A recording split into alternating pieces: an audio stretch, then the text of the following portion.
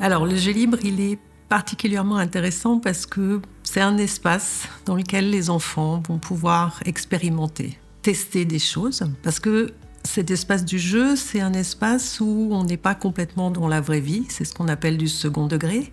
Et c'est aussi un espace dans lequel ce qu'on fait n'a pas d'effet immédiat sur le réel. C'est-à-dire qu'on fait semblant. Et comme on fait semblant et que on ne fait pas pour servir à quelque chose, du coup, on peut se permettre de tester plein de choses, d'essayer plein de choses, de ne pas réussir quelque chose et de recommencer ou de faire à sa façon, puisque le jeu libre, il est aussi le jeu qui va, par définition, être décidé par l'enfant et c'est l'enfant qui va décider comment il veut jouer à quelque chose. Et c'est parce qu'il décide que ça lui apprend quelque chose et que, du coup, ça a un intérêt de favoriser le jeu libre.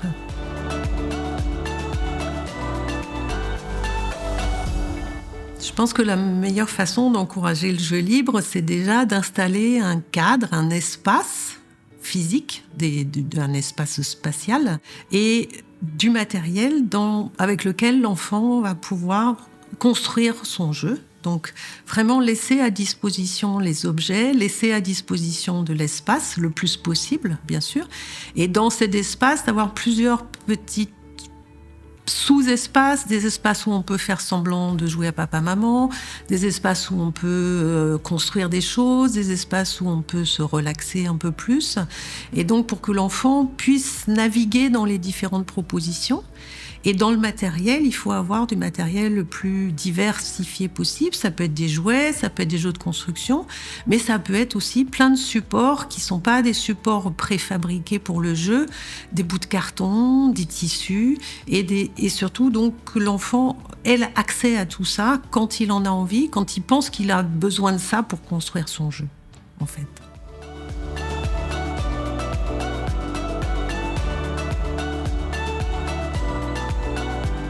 Le rôle de l'assistante parentale, ça va être d'assurer à l'enfant qu'il peut faire ce qu'il veut et de le mettre en confiance pour qu'il ose faire ce qu'il a à faire. Je vous ai dit tout à l'heure que le jeu, c'était un espace où on expérimentait, mais expérimenter pour l'enfant, c'est pas forcément facile. Ça veut dire qu'il essaye des choses et qu'il peut se tromper et il peut avoir peur de faire ça. Donc le rôle de l'assistante parentale, c'est de le mettre en confiance pour qu'il puisse faire ça.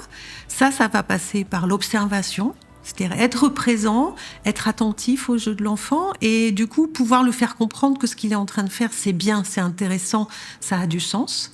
Et en même temps, éventuellement, essayer de temps en temps d'avoir des positions dans lesquelles on va lui donner un tout petit coup de pouce, l'aider un tout petit peu, éventuellement en lui suggérant, en lui disant est-ce que tu as vu qu'on peut faire ça comme ça, ou tiens, tu fais ça comme ça, mais moi j'aurais peut-être essayé de faire ça, mais toujours en laissant la possibilité à l'enfant de faire à sa façon, c'est-à-dire de ne pas accepter ce qu'on lui propose, c'est-à-dire que ce qu'on lui propose, ça ne doit pas être imposé, ça doit être juste une suggestion et lui, il va décider de ce qu'il fait à partir de ça. Donc ça, c'est vrai et c'est facile à faire dans des jeux de construction, par exemple.